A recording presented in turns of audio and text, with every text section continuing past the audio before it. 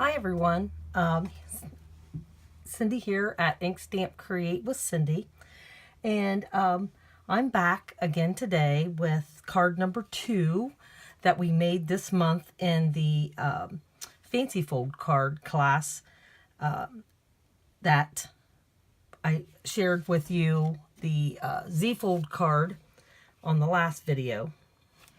And this one we moved on to a second card, and on that second card we made a window card. So this is the card we made.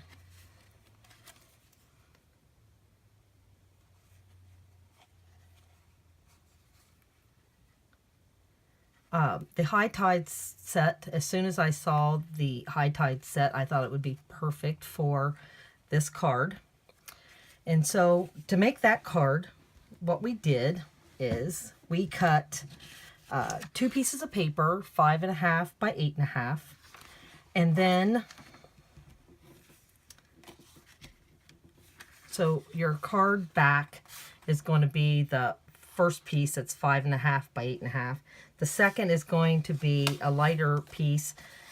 For instance, this one I used Very Vanilla, and I cut that at 8.5 by 5.5, and I scored it at 2 1/8, 4 1/4, and 6 3/8.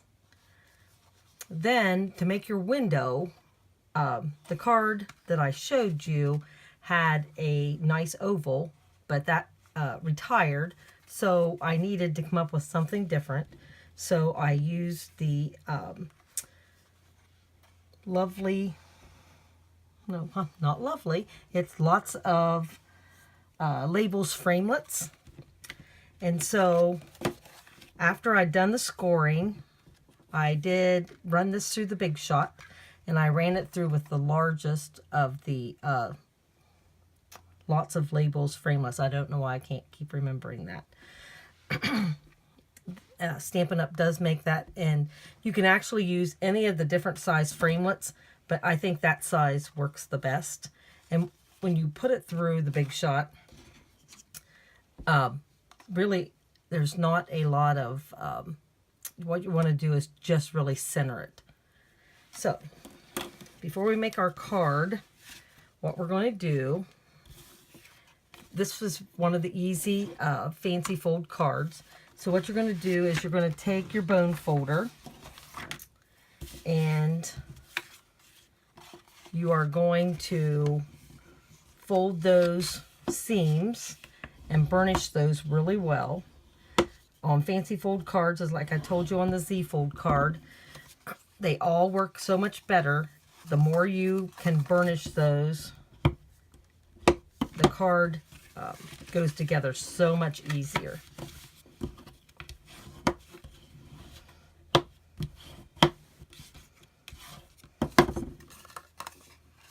So now you have a window.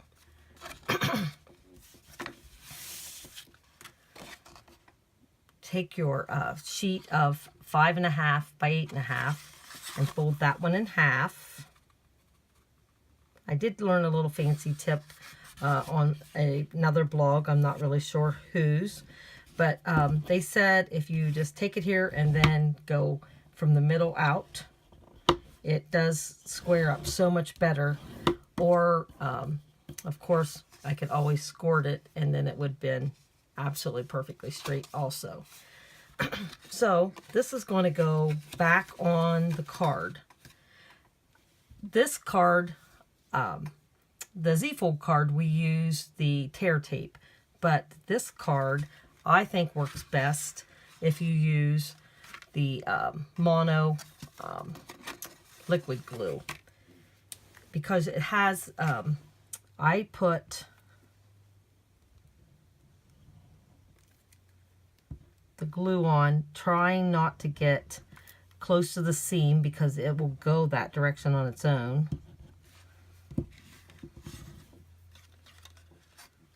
Take this over to the edge.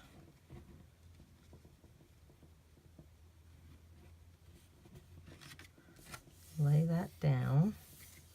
After you have that laid down and on here. Then you can take this second side, fold it over,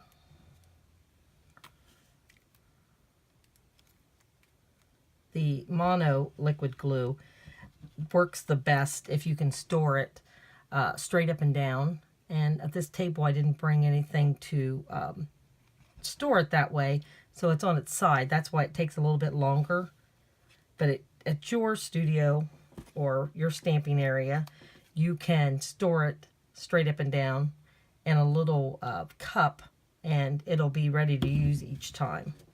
So what you're going to do next is you're going to lay this down flat, and then you're just going to lay this second section down.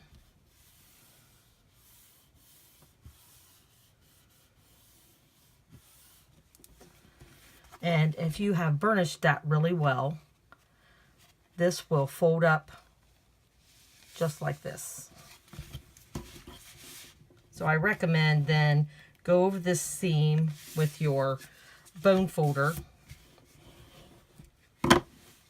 and then you have your window card. Some of the ladies at the class had some really good suggestions, because I've challenged them to make a card out of one of the 3 techniques that we learned. And one of them was the window thinlits. And you could actually do just a circle, but I kind of like the bigger hole, so you can see a bigger scene. So back to the card I actually did a piece. I actually stamped on Sahara Stand. I stamped my lighthouse and my sayings. I laid the card down, stamped my lighthouse, then I folded it in half, and then did the rest of the stamping around so you could see the actual stamping.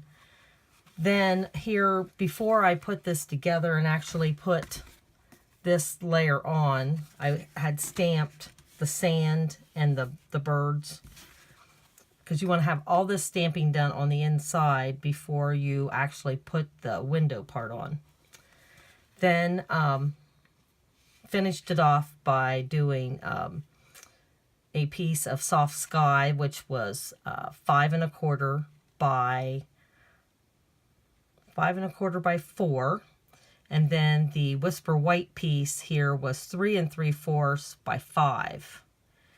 I put the little linen thread around before I glued that down, and it finished off with a little jewel for the light, and that was the window card. Thanks for joining me today.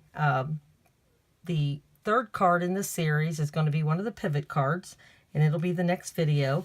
But I hope you enjoyed visiting us and making a window card. And the actual directions will be added just a little bit later. Thank you very much.